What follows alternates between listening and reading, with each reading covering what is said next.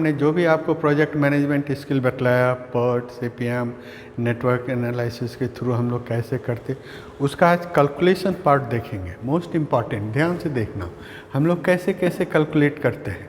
सबसे पहला काम है कि PERT CPM में ऑल द एक्टिविटीज़ को एनलिस्ट करना, क्या क्या काम है, क्या क्या एक्टिविटीज़ है और उसके प्रेसिडेंस क्या हैं। जब आप ये डिपेंडेंसी ध्यान कर लेते हो, डिपेंडेंसी मतलब किस एक्टिविटी के पहले क्या होना चाहिए और किसके बाद क्या होना चाहिए, ये होने के बाद तब आप एक्सपेक्टेड टाइम ये करते हैं। एक्सपेक्टेड टाइम का फॉर्मूला देख लो। ये PERT में हम लोग ऑप्टिमिस्टिक टाइम को TO, पेसिमिस्टिक टाइम को TP एंड मोस्ट कॉमन जो टाइम होता है उसको हम लोग TM कहते हैं। ऑप्टिमिस्टिक को एक बार फिर से बतला दें, हम लोग मान के चलते हैं कि हम जब काम करने जा रहे हैं तो कोई व्यवधान नहीं आएगा, हर चीज़ हमारे मनोनुकूल होगा, तो हम जल्दी से जल्दी काम को कितना दिन में करेंगे वो TO कहलाएगा। TP मतलब पेसिमिस्टिक टाइम, आप निराशावादी होइए, सोचिए कि हम जब भी काम करेंगे तो अमुक दिक्कत आएगी, अमुक बाधाएं आएगी और सारी बाधाओं को फेस करते हुए भी हमें काम करना है, तो कितना देर लगेगा उसको हम लोग TP कर लेते हैं। तो स्वाभाविक है TO सबसे कम होगा, TP उससे ज़्यादा होगा।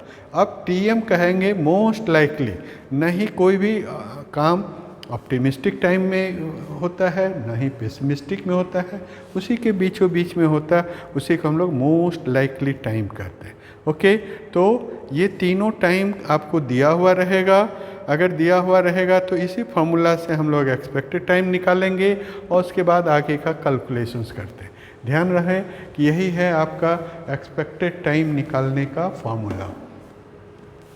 ध्यान से देखो, मान लिया हमने कि आपका जो नेटवर्क एनालिसिस है उसमें 6 एक्टिविटी है।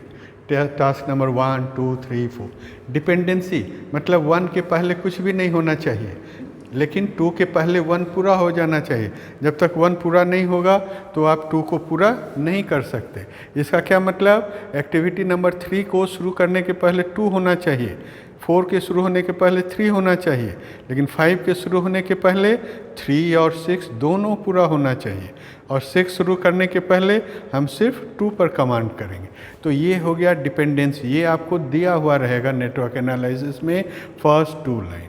फिर ध्यान से देखिए, ये 3 कॉलम भी आपको मान लो दिया हुआ है, optimistic time, most likely time and pessimistic time. आपको निकालना है TE।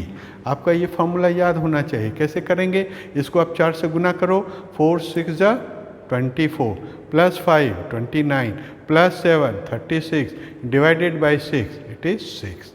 उसी तरह से यह 4 कहाँ से आया, इसको आप पहले 4 से गुना कीजिए, 4 4 जा 16 प्लस 2 18 प्लस 6 24 डिवाइडेड बाई 6 मतलब 24। उसी तरह से इसको आप 4 से गुना कीजिए, plus this divided by 6 you will get 5। इसे आप 4 से गुना कीजिए, प्लस दिस डिवाइडेड बाई 6, 4 से गुना कीजिए, प्लस दिस डिवाइडेड बाई 6, 4 से गुना करो, 4 चौका 16, 4 4 जा 16 प्लस 1 17 प्लस 13 मिलके हो गया 30 डिवाइडेड बाई 6।